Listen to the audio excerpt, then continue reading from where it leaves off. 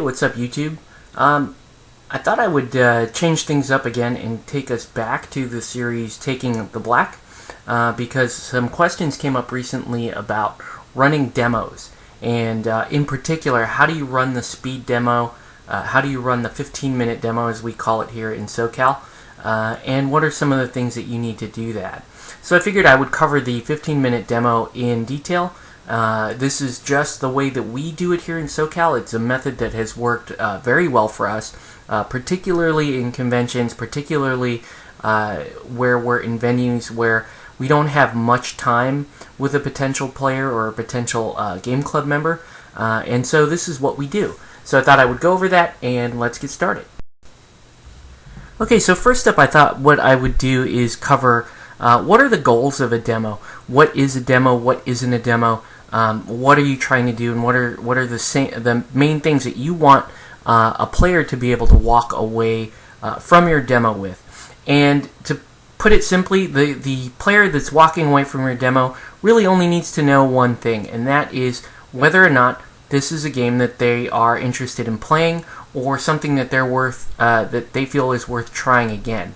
And that's very important because, a lot of times during demos, I think some of the folks that I know that I've worked with that have run demos have maybe, at least in my opinion, maybe spent a little too much time bogged down in details and trying to make sure everything is 100% correct.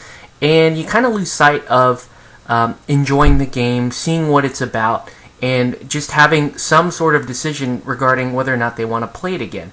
So that's the main point of the demo. Now, when we start talking about mechanics and how we get into that, this is going to decide what we need to do to strip down our demo just to get a player down to that one decision.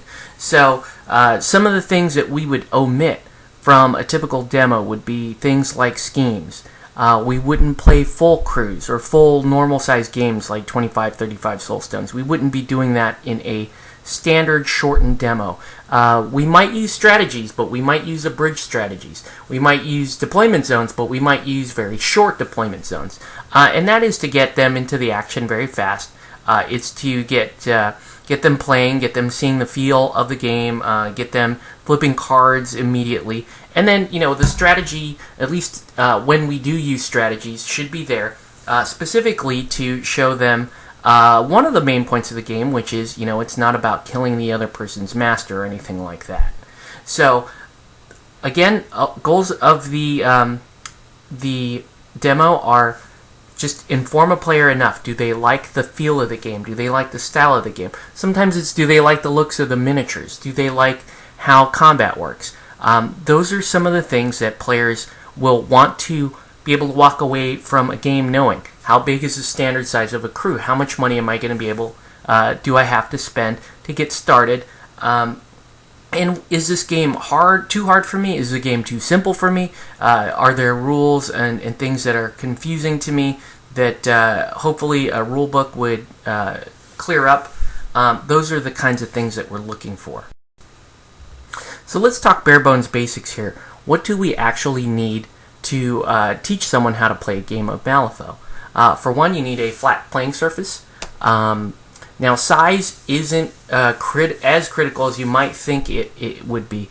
In this case, I'm using an 11 by 14 Zuzzy mat that I painted up, and I just put up a little bit of terrain in there just to show them some terrain. But you need a flat surface. I mean, bare bones, you can even get away with not using the Zuzzy mat. I just feel that it makes the presentation a little bit better, and it definitely helps define your playing area. So I go with the Zuzzy mat. Again, you don't need one, just a flat playing surface. You also obviously need miniatures. Now, when you get into the selection of what crews you want to use for your demo, there are lots of discussions on that. My general go-to crews are quite simple. If we're talking guild, I'm good with any of the Book 1 Masters, except I find that Lady J is probably the easiest one of those three. If we're talking Resurrectionists, I really like Seamus for a number of reasons. So he's probably my go-to, but I would not walk away from McMorning or Nicodem if they wanted to do that. For Arcanists, the easiest to learn, in my opinion, would be Rasputina. She shows a lot of different spellcasting and those types of duels. You could also use Ramos or Marcus, but Rasputina probably stands out there as the demo crew. For the Neverborn, Lilith is really my choice for that, and I run a lot of demos using Lilith. For Outcasts, I normally pick the Victorias. Levi is a little complicated to show somebody that might not have any experience with miniature games. And Summer, while you can demo with him, it takes just a little bit more explaining, say, than a straight-up crew like Victoria's. For 10 Thunders, which is something that we've recently integrated into our demo system, Misaki has been my choice for that. However, I have seen demos run with Lynch, and those seem to be okay. Mei Feng also okay for demos. May not be using Yanlo or McCabe for many of those demos, even though those are quite fun. They just seem to stretch the game out a little bit longer, the demo out a little further than I wanted to. So those are the demo crews that I recommend. Those are not, golden rules or anything like that. Those are just the crews that, in my experience, have been the easiest to explain, the easiest for a new player to grasp.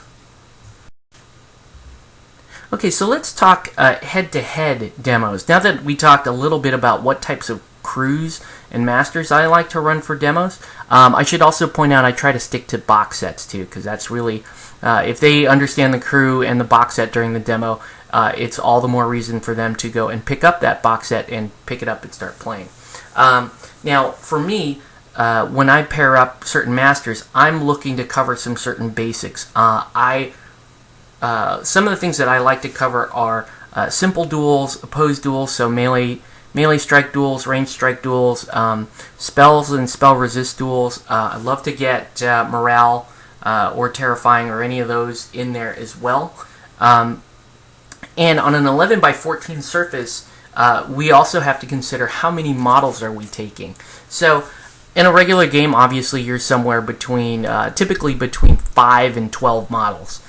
In a demo of this size, you really don't want to go any larger than 3 models. In some cases, you can even do 2 models if you're trying to get a 10 or maybe even a 5-minute demo in. You might remove a couple of models on each side, and that would be fine too. I like to stick with 3 models because they get to see some different interactions, they'll get to see a lot of different duels, and the models themselves kind of have a unique character to them. In this case, they get to see the judge and how cool the judge is. They get to see a death marshal or a mysterious. They get to see a rotten bell, maybe even more than one rotten bell based on how Seamus does, and they'll get to see Madame Sybil. So that's actually plenty. As far as this demo is concerned, it's a fairly high model count considering the size of terrain that we're using, and they get to do a fair bit of interaction and activations without eating up too much of their time. Now notice I picked, with these 2 crews, I picked a couple of different styles here. Now Lady Justice is a fairly balanced crew. She's got lots of range. She's a little melee heavy. But she does give you a little bit of both. Not a particularly fast master, and that's one thing I would caution against when you're playing on these tiny boards, these 11 by 14s. You don't want to have like a Lilith that can actually go past the length of the board. It's feasible only if you're the one playing her. If you give the demo player a crew that fast, then I find that the demo starts to fall apart a little bit, and you have to kind of rein things in. Lady Justice is great, in particular for the person receiving the demo. Or if you're running a demo for 2 different people, maybe Lady Justice is the less experienced player playing her because she's more straightforward. She's just there to try to kill things, and the player will do fine just doing stuff like that. Seamus, on the other hand, equally great for the demoing player, but I tend to push them this way towards Lady Justice. If it's somebody that walks up and is really enthralled by the character Seamus, then maybe I will let them use Seamus and walk them through some of their activations. His activations are a little more involved in that he's got some synergy with the bells. He also has some board control with lures and things like that, and he has the ability to resurrect more undead models. So yes, he's probably, between these 2, he's the crew that I try to steer the player away from playing. As far as being the henchman running the demo, he's advantageous for several reasons. One, he's fairly maneuverable. He does have fast. He does have a reasonable damage arc, but not so dangerous in that he's really going to be one-shotting people most of the time. He's also got a lot of wounds, hard to wound too, so he's going to stick around for a while. And when you're the person running the demo, it's important for you to stick around for a while, or maybe in some cases try to play a little defensively, particularly if the other player's just trying to run up and kill everything immediately. I like the board control, I like the high wounds. The low defense is nice because it means that the demoing player will win a lot more duels, and they will be encouraged to cheat more often in these duels. So I personally like to lean towards Seamus, but we've been just as successful having the player run Seamus and you play Lady Justice. Like I said, if you're playing Seamus, in this case, your main thing is about board control, and you might even show them, hey, you might be killing my stuff, but I'm taking objectives away from you. So if you're playing Lady Justice against Seamus, maybe some of the things you could be doing is basically the same thing, trying to kill models, but you might spread damage out a little bit. I mean, Lady Justice, the damage potential on this crew is quite high, so you might target prioritize. For example, you might kill the Bell first, just so you can teach the player how to resurrect the Bell using its corpse counter. You may avoid certain things like the, wipe all the counters off the ground, because that's kind of rough against Seamus. You can, if you're the player playing Seamus, though, you might want to show the demoing player that Lady Justice can do stuff like that. So I find these to be a very good match. A lot of henchmen will talk about the pairings that they use. Some people use, one of the ones that I use is Rasputina Lilith, typically on a bigger board than this. But I'll also do things like even Rasputina Seamus from time to time. I may even throw Ramos in the mix because, he's one of my favorite, and he's very popular at steampunk conventions.